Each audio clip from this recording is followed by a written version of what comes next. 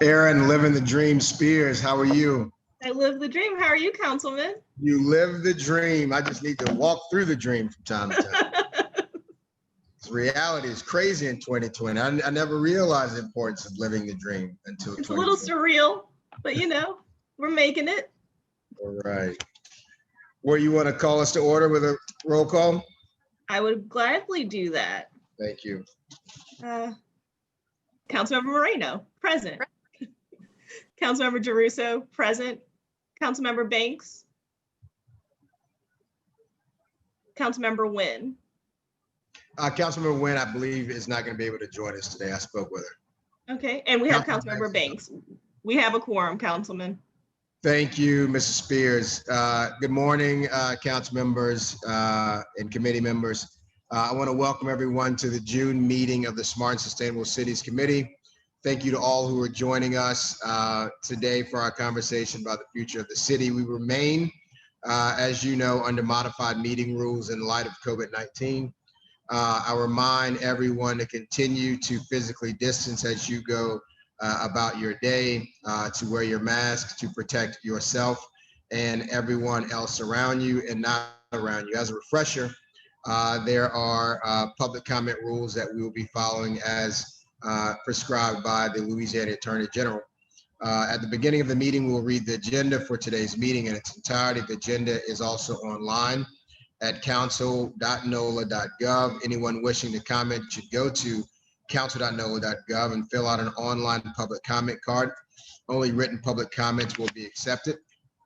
Public comment, again, is limited to 1 comment per person per item. Comments should also be limited to 2 minutes when read aloud and be germane to the agenda item at hand. All public comment will be read after we conclude our second presentation. Ms. Spears, thank you for calling that roll call. And we will now have the reading of the agenda before taking our recess. Great. Smart and Sustainable Cities Committee, Wednesday, September 9th, 2020, 10 a.m. agenda. Number 1, roll call. Number 2, approval of the minutes, July 8th, 2020. Number 3, presentation, National League of Cities Service Line Program. To appear, Jermaine Reed and Brian Davis. Number 4, ordinance calendar number 33,088. The committee will consider an ordinance to grant a non-exclusive wireless franchise to Toro Blanco LLC. To appear, Jonathan Rhodes, Mayor's Office of Utilities. Number 5, ordinance calendar number 33,089. The committee will consider an ordinance granting a non-exclusive wireline franchise to Toro Blanco LLC. To appear, Jonathan Rhodes, Mayor's Office of Utility. Item 6, adjournment. That is the agenda. Thank you, Madam Spears. We will now go into recess to receive any public comment. Thank you. See you in 30. Thank you.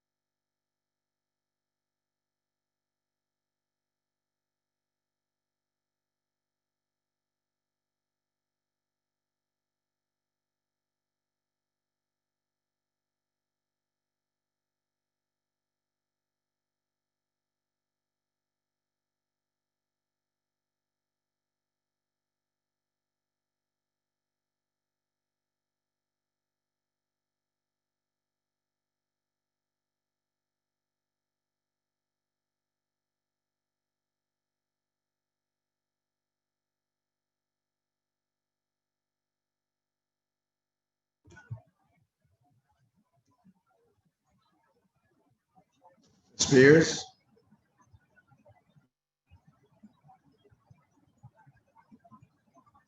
Hi, Councilman, sorry. Hey there.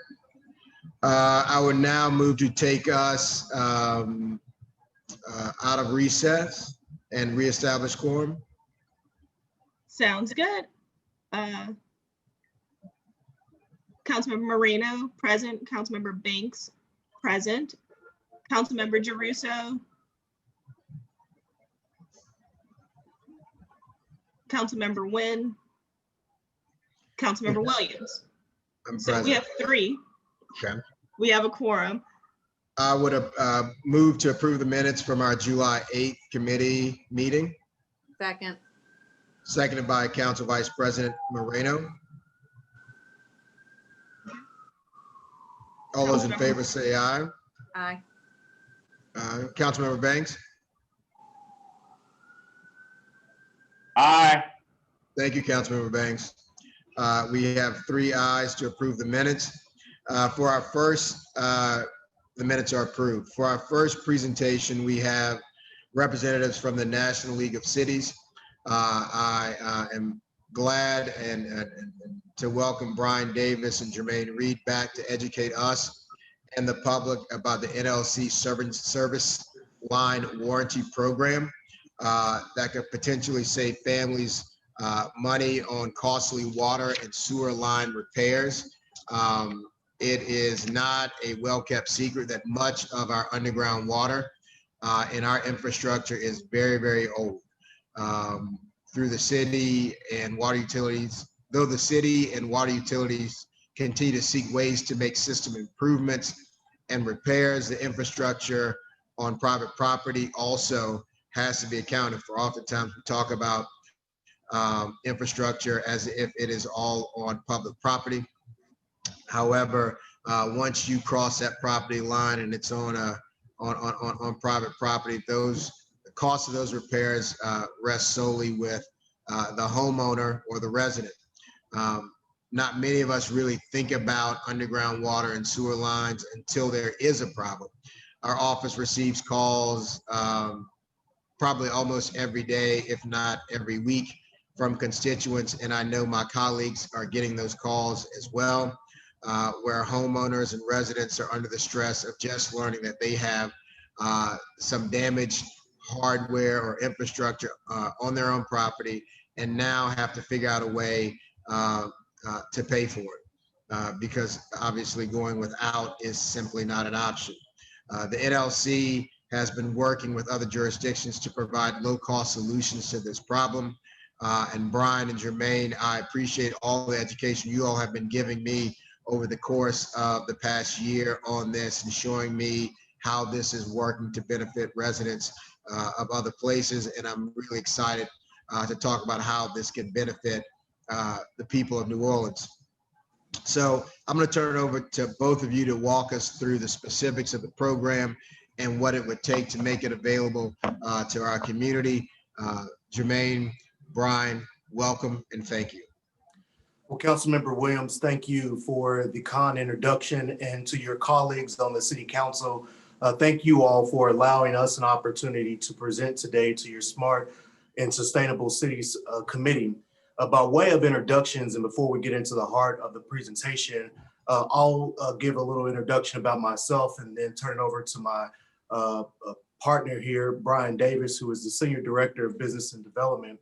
But for me, my name is Jermaine Reed again, and I am a former city council member in Kansas City, Missouri, where I've served on the city council for 2 terms, over 8 years here in Kansas City, Missouri, where I reside, and also served on the board of directors for the National League of Cities for 2 terms as well, and had a lot of opportunity to interact with our service line warranty partner, and to see a lot of successes as we have here in Kansas City, Missouri, where many of our residents have really been proud of the work that we've been able to do with this program, which offers optional low-cost protection against potential expensive water and sewer line repairs.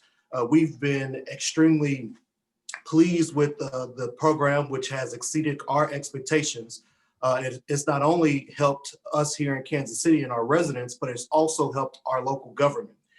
We've had an opportunity to see firsthand the use of minority vendors who they've worked with local vendors here in our local community, just as well as they have across the entire country with over 900 cities that have been in participation. You have an opportunity to hear this morning as part of this presentation, part of the service line leak adjustment program, and many of the benefits and financial benefits to your city in New Orleans. I can tell you that many of our peer cities, excuse me, I can tell you that many of our peer cities, such as Atlanta, Baltimore, Vegas, Charlotte, Seattle, Phoenix, other cities have all been part of this program. And as I referenced, I know firsthand many of these concerns and a lot of the calls that we receive as council members. We always are looking for solutions to be able to help them. And this is one of the ways that I believe that your city will be able to benefit greatly by participating in this program and seeing great value in it. I'll turn it over to Brian Davis, the Senior Director in Business Development for National League of Cities Service Line Warranty Program, to give you a little bit more detail and walk through our presentation with you. And we'll be open for questions following the presentation. Well, thank you, Jermaine, and thank you, Committee Chairman Williams and fellow council members. It's wonderful to be with you this morning remotely. I will say I'm a little sad that I'm not there in person, because that's always New Orleans is a favorite stop of mine and always has been. So hopefully I can attend in person when all this madness stops. And it's, whether I'm remote or in person, it's great to put a coat on and have pants on that actually have a button. So thank you for that opportunity. I am assuming that the screen here, do you think I can share my screen? Would that be possible if I hit the little share screen button? Should be. That should be set up. All right.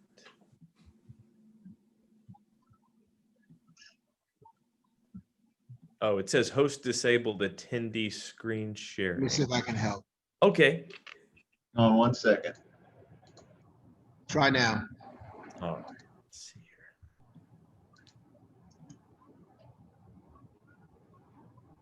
here. There we go.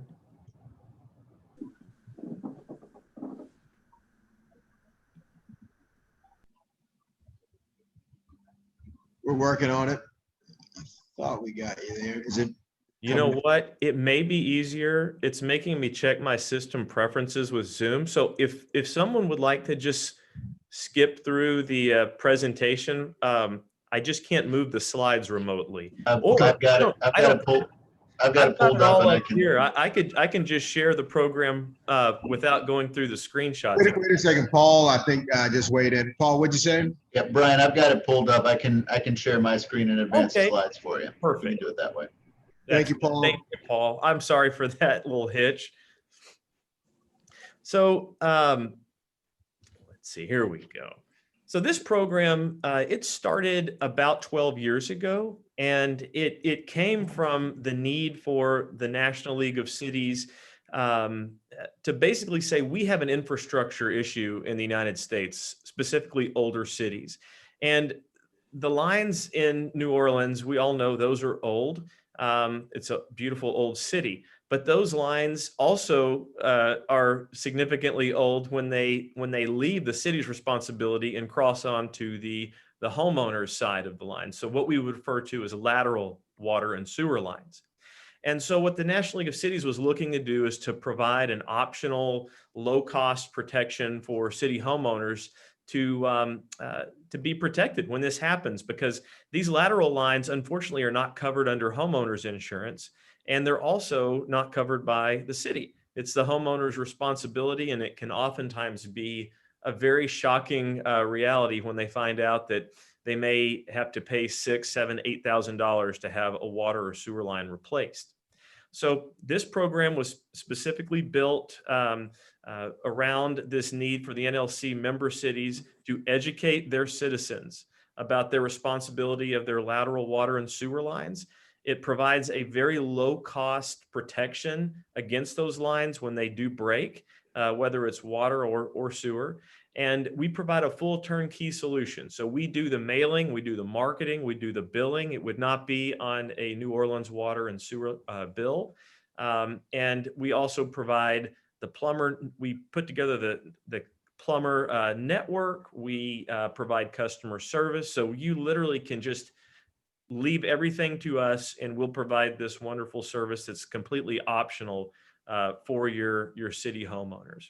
And then on top of that, not only does it not cost the city anything to participate, it actually will generate or fund a low income assistance program, which I can discuss in just a little bit.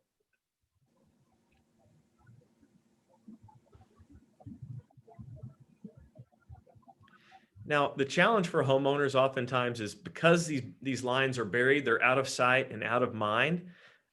They are subjected to the same elements that the city main lines are subjected to. So ground shifting or spikes in temperature, root intrusion. Roots always seek water sources, and there's always water source inside your water and sewer line. So that can be a problem. And then when these lines do fail, you have not only thousands of gallons of water that become wasted, but you also have some environmental issues with that. So this program was also designed to get things fixed quickly for both the homeowner, for both the wasted water and the environmental factor. And as we mentioned before, a lot of times homeowners just don't know that this is a risk that they are up against. So the next slide. I wanted to share a few of our member cities. We have partners as big as Los Angeles, San Diego, Phoenix. We've got Las Vegas, as Jermaine mentioned. We've got Atlanta and Charlotte and Baltimore on the East Coast, and pretty much a lot of the country in between. We have actually, if we go to the next slide here, a lot of times people will ask, now, why is the National League of Cities offering this program?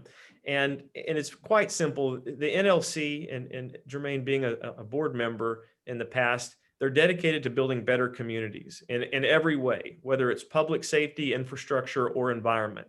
So they created this, what they call the Savings and Solutions program.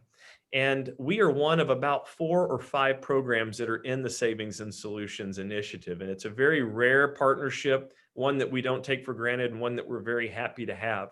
If you should go to a National League of Cities conference, we are in their booth area. We have the NLC name. We are hand in hand a partner with the NLC, which is the oldest association of elected officials in the country. The NLC is dedicated to aging infrastructure issues, as well as education and awareness of citizens' lateral service line responsibilities. And as I mentioned before, always optional, and it never would appear on a city water bill. If a citizen wanted to participate in the National League of Cities Service Line Warranty Program, they would receive a letter from the city. We would do the mailing of that letter. We would write the letter. The city would say, okay, we approve it. It goes to every household, every homeowner, and they have the option to enroll or to pass. And by doing that, we get about 25 to 30% of the homeowners enrolled. If a city does not partner with us, we know for a fact that less than 1% of their homeowners are covered with the service line warranty. So it does make a huge impact when the city does partner with the National League of Cities Service Line Warranty Program. And then the next slide.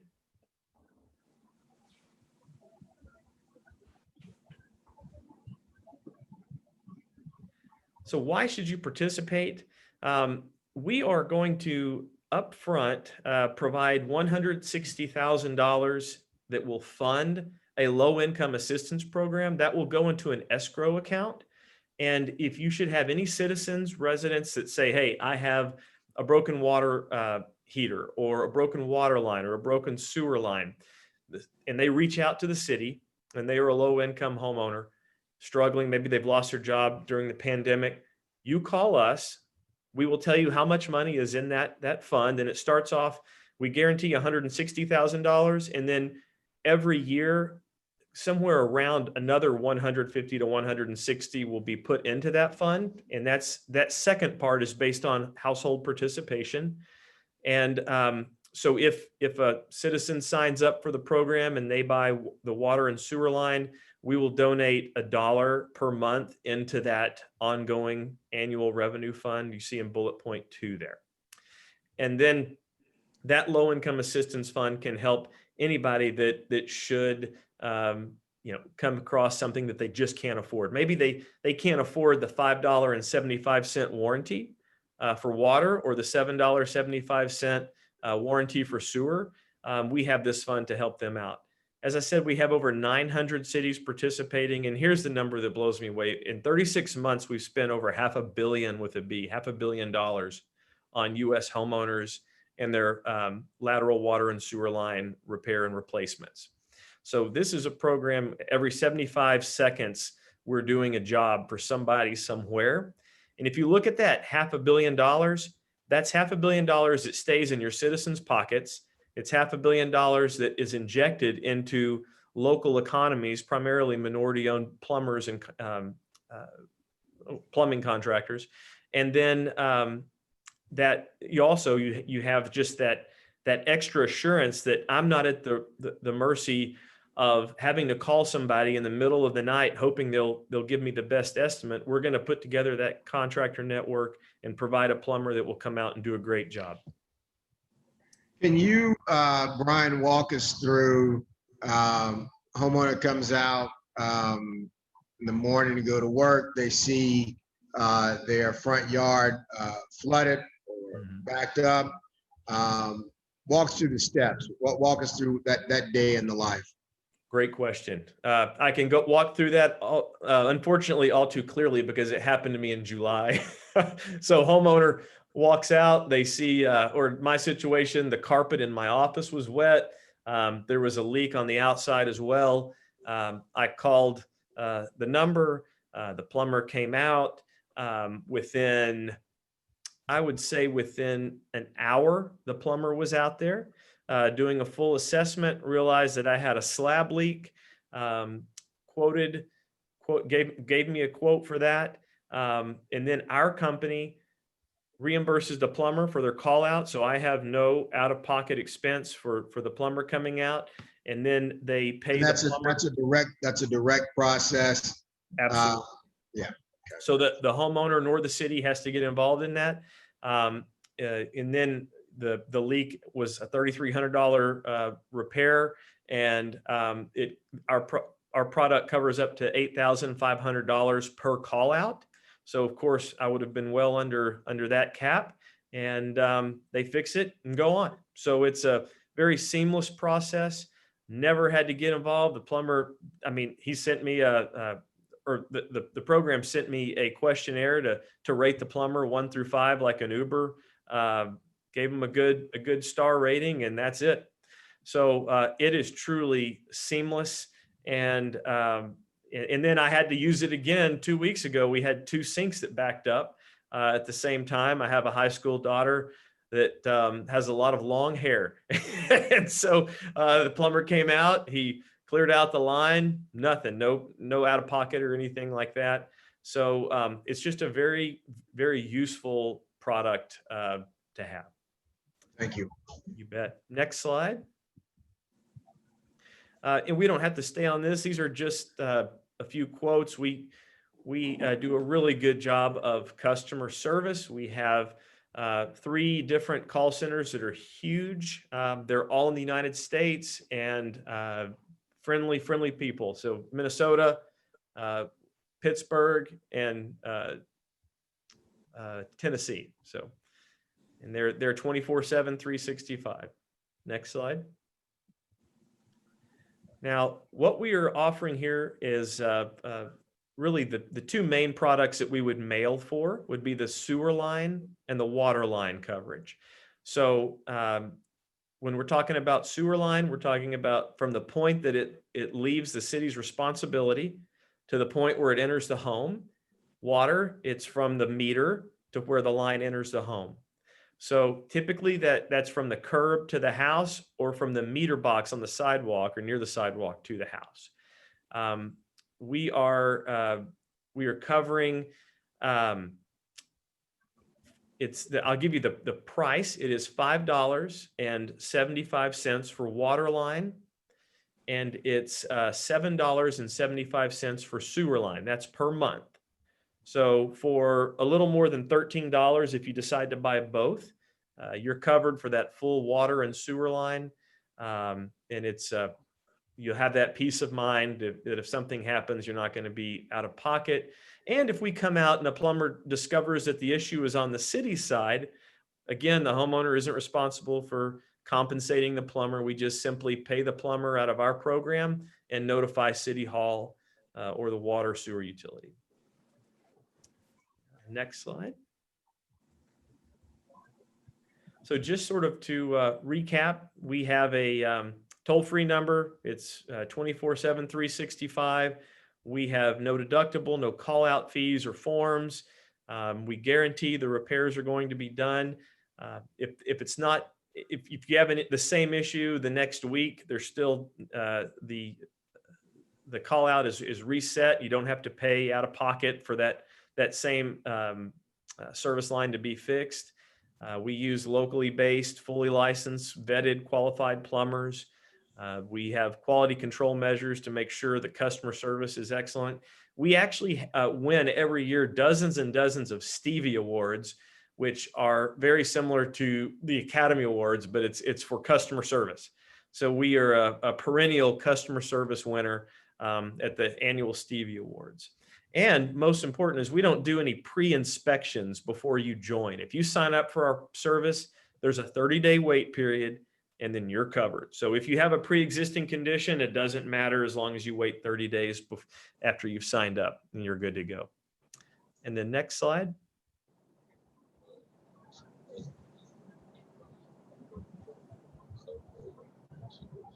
These are some of our partner testimonials here from Kansas City, from Phoenix, Atlanta, and Baltimore. And you all have this, so I won't spend any time on this. Next slide.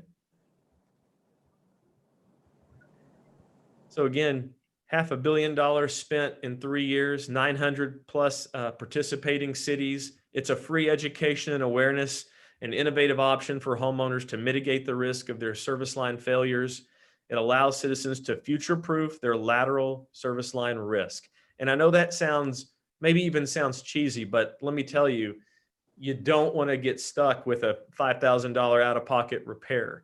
And they happen more and more, especially during COVID-19, because what we've seen is a spike in our overall call-outs. And that is because people are home 24/7 with everybody in their family home 24/7. They're using their lines way more than they were intended to use. So we're seeing more breaks and backups and failures. Now let's say that line does break and you can't occupy that home until it's fixed, and you can't afford to fix that line. Should you go to a hotel? That's going to make working from home difficult. And it's hard to go stay with family and friends during COVID because no one wants you to come into their house. So this is just a very easy program to adopt. It makes a lot of sense. And I should mention that anytime we see lead lines on any type of call out, we're going to replace that line fully with a non-lead replacement. And I believe that's my last slide.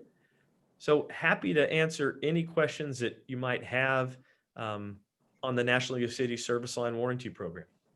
I don't have a lot of questions because you guys have been sort of walking me through this in the many months leading up to today.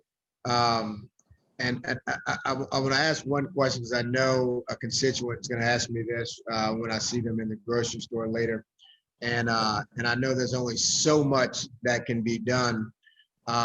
Oftentimes when there's underground infrastructure work that's done, it causes harm and damage to landscaping, pavers, things of that nature.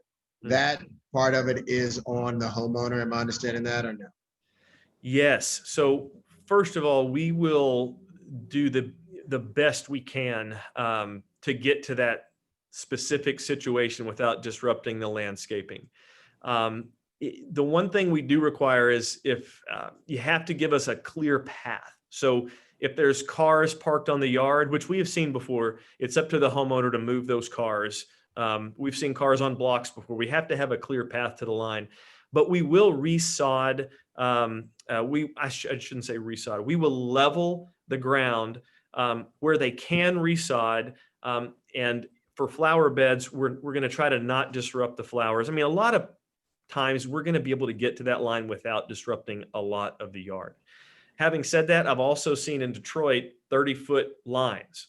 I don't think you'll have those in New Orleans because they're a little more shallow there, but it can be disruptive when we're digging 30 feet to trench a line and having to find out, where the incident is. But in most cases, Committee Chairman, we're not going to have to disrupt the line as much as you would think.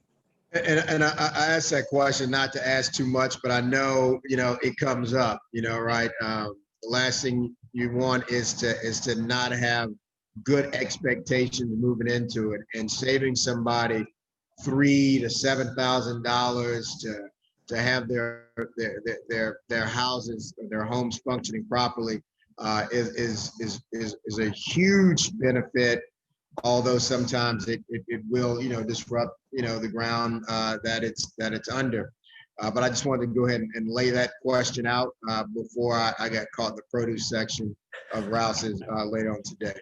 Well, I was going to just to reply. I can tell you that council members from across the country will flock to our booth at our annual conferences, and Kansas City was one of them, Mesa, Arizona, and they will pull in your peers, council chairman, to say, we don't have bad experiences with this program. People will find me council members will say, people at community events or at the grocery store, they'll tell me, hey, you saved me $8,500.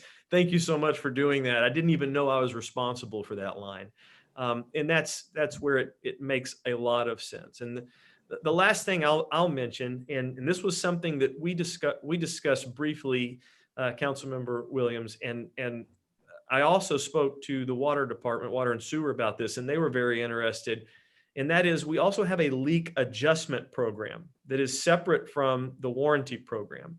So where the warranty program covers the water and the sewer line and the repair and replacement of that, the leak adjustment program pays the city and the homeowner back for leaked water once it passes through the meter. So that is something that if we wanted to discuss now, I'm happy to do so. Or if we want to table that for another time, we can still push our program forward and get that going before we do or talk about the leak adjustment. But sometimes they do go part and parcel, so I wanted to mention it. No, I mean, we've got like a lot of old cities like San Antonio and others. We have old stuff, and old stuff requires maintenance regardless of which side of the property line and so on. I saw that Councilmember Banks wanted to weigh in. Councilmember Banks? Thank you, sir. Just a clarification question on the line leading from the street to the house. If it's lead, you all will remediate the lead, right? That's correct, council member. And do you only do that in the event that there is a break, or will you come out and remove lead without there being a break? Only if there is a disruption of service. So if they have a backed up water line or a backed up sewer line or a leaking water line, and there is a disruption to their service, and we come out and discover there's a lead line, we will always pull up the lead line. We won't try to patch repair a lead line ever. We will always replace that fully. But I just wanted to be clear that this is not the ability to be able to sign up for this and then have that lead line removed, because we know that we've got a tremendous amount of housing stock that has that older pipe in it that runs from the sewage and water board connection into the house that is lead. But this is not a way to get rid of that. It has to break first before you come and change it, right? That's correct. Yes, sir. Okay. Okay, thank you. Any other colleagues with any questions or comments? Seeing none, Jermaine and Brian, thank you for this presentation. We'll be in touch with you with regards to next steps. We do have the issue of water seepage and water leaks in the city. So I do think that that other service is something that this city could benefit from. Fantastic. We look forward to helping you. Thank you. And colleagues, just as a reminder, Jermaine is a former city council member too, so he understands not just the business purpose of this, but the people side of this thing as well. Thank you, Yeah. gentlemen. Thank you. I will say, Councilmember Williams, it's good to be able to sit into a council meeting virtually for the first time since I'm not necessarily on the council now. But I applaud you all's efforts. I've been keeping up with what's been going on there in New Orleans, and of course, many of our peers around the country. And you guys have been doing an amazing job during this difficult time of uncertainty. So thanks for this opportunity and time today. Thank you all for this very valuable service. We will be in touch with you soon. You guys hit Tom Brady hard this weekend, all right? That is the plan. He's old like me, so those falls start to hurt a little more than they used to. Take care. Thank you, guys. Take care. We will now move to our next agenda item, which we will take up two items at once. Items 4 and 5 are wireless and wireline franchise applications respectively. We've invited Jonathan Rhodes from the mayor's office of utilities to join us to provide a brief explanation of the two items.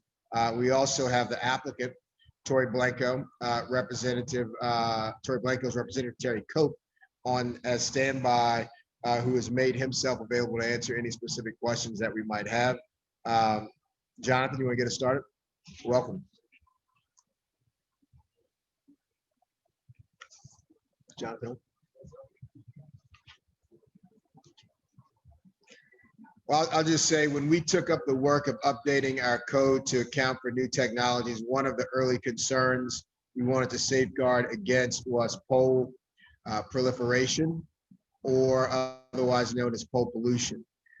We don't want to get to a point where assets crowd the right of way or our visual aesthetics, as we have many historic corridors in the city of New Orleans, especially in those very dense areas. We've had a number of conversations over this administration and the last about how to ensure that we are tracking when and where new assets will be erected, and to be sure that those assets fit the scheme of the areas in which they're to be installed.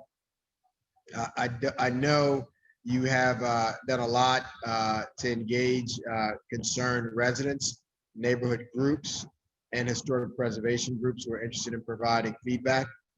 We also recently heard from Sandra Stokes with the Louisiana Landmark Society, who has been researching the issue and offers their input to develop even more comprehensive guidelines and design assistance.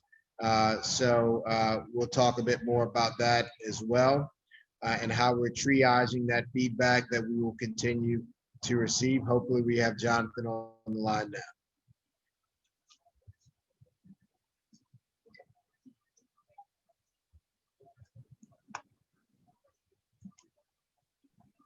Councilman, he appears to be on and unmuted. I'm not sure if he's having technical difficulties on his end. Okay, can we try to unmute him on our end? Just to see. Yeah, he's unmuted. Yep, I see that.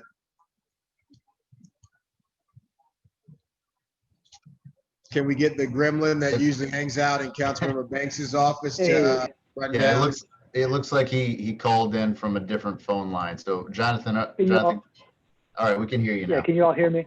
Okay, We great. can hear you just fine. It might have been Councilmember Banks's gremlin, who typically fools with his equipment. It's causing this, but thank you, Jonathan. All right, sorry all for that. And good morning, council members. Thanks for having us on to talk about these two franchise agreements. I'll give a brief introduction. I know Terry Cope from Toro Blanco is also here and available if you have specific questions. And then, I'll give a brief introduction and just be happy to answer any questions you all might have. Essentially, the two franchise agreements that are before the council are very typical wireless and wireline franchise agreements. So for any of those listening, we understand those, the wireless agreement is for wireless service providers. Typically, you might think of something like a cell, tower or, wireless internet service. And then the wireline franchise agreement is for what we understand as wires going in the ground, right? A fiber installation, something like that. So Toro Blanco, like many companies that do work in the city, has applied to the city through the franchise agreement process, through the council's utility office. And those agreements are before us today. Essentially, they provide for certain requirements that the company has to follow in installing their facilities in the rights of way. Those include maintenance, repair of the facilities, as well as compensation to the city. And so there are fees that are assessed for wireless facilities. So if somebody puts a pole up, they have to pay an annual franchise fee of $300 per pole. And for the wireline, for companies that are running wires in the ground, they pay by the linear foot. And in this case, it's $3.50 a linear foot, which is sort of a national standard for pricing, of linear foot applications. So I don't know if you have other questions specifically about these franchises. Again, they're very common for companies to be able to do business in the city in the technology space. And happy to answer any questions or providing any more information. I believe that Councilmember Giarrusso had a question. Councilmember Giarrusso, are you on?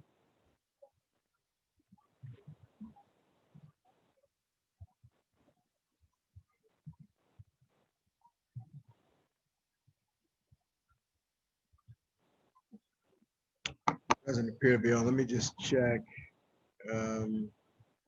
I don't have any questions on this, Jonathan. Let me see if Councilmember Giarrusso wants me to ask any questions for him. Sounds good.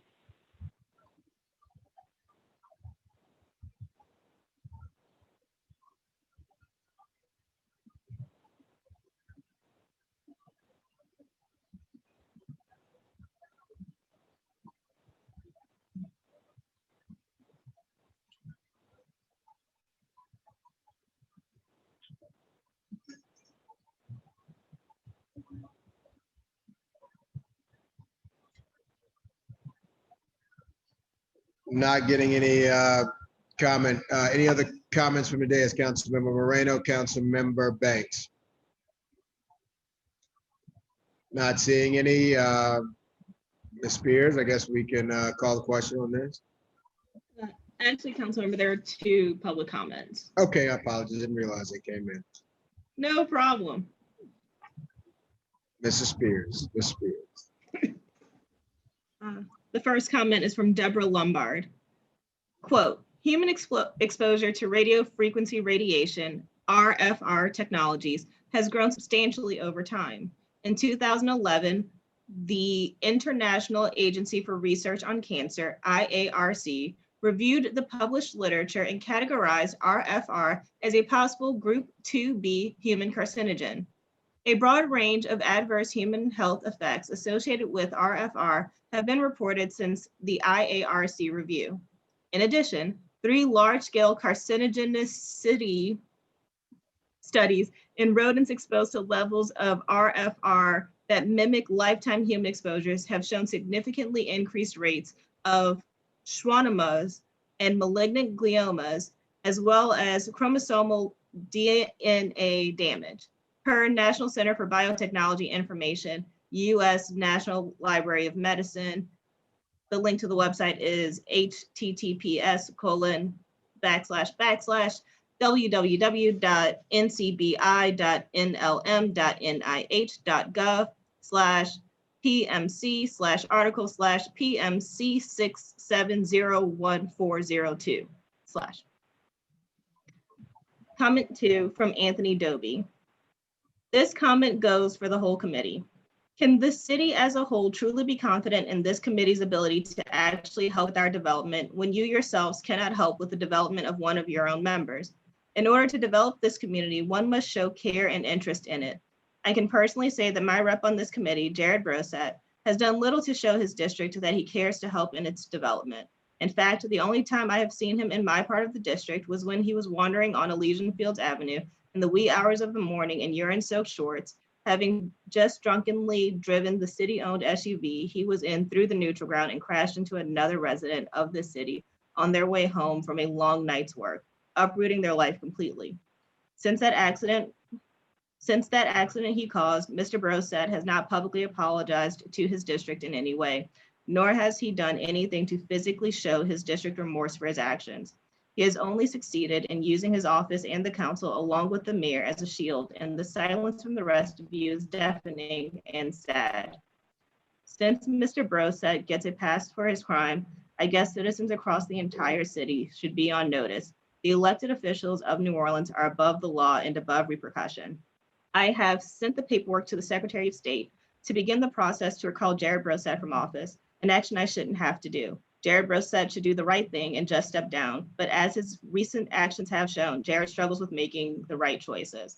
So I ask that you please join me in publicly asking Jared Brosette to step down from the District D office and save the city the cost and time of recall.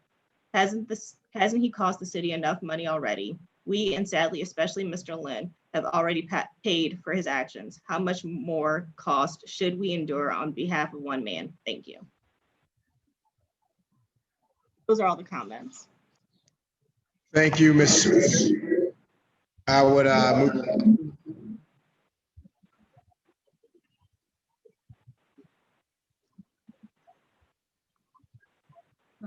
I believe we need a second. Councilmember Moreno, Councilmember Banks.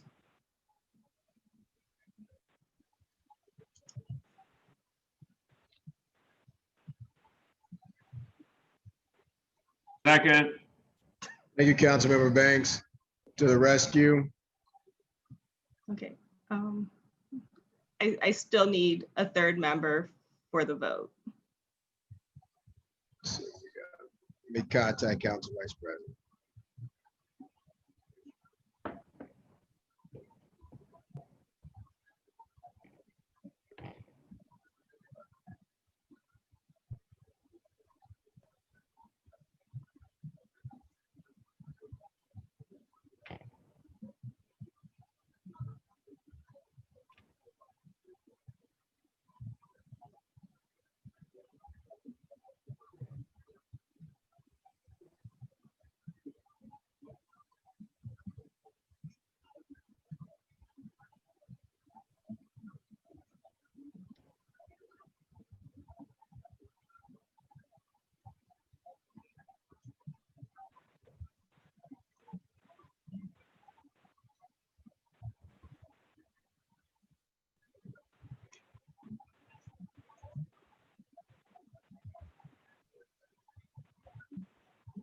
Councilmember Banks, I appreciate your stick-to-itiveness.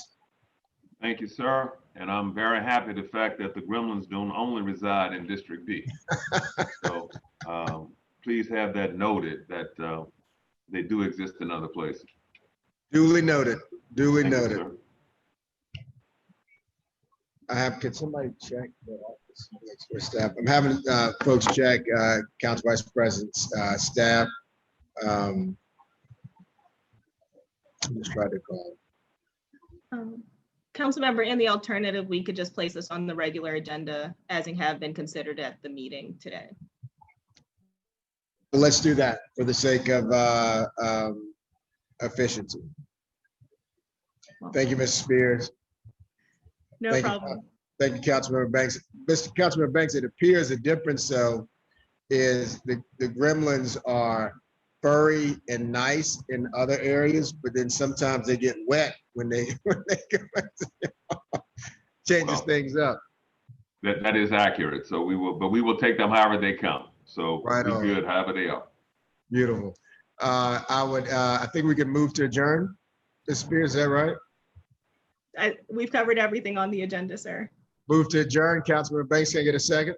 Yes, you can, sir. Done. Thank you. We'll see you soon. Take Thank care. you all.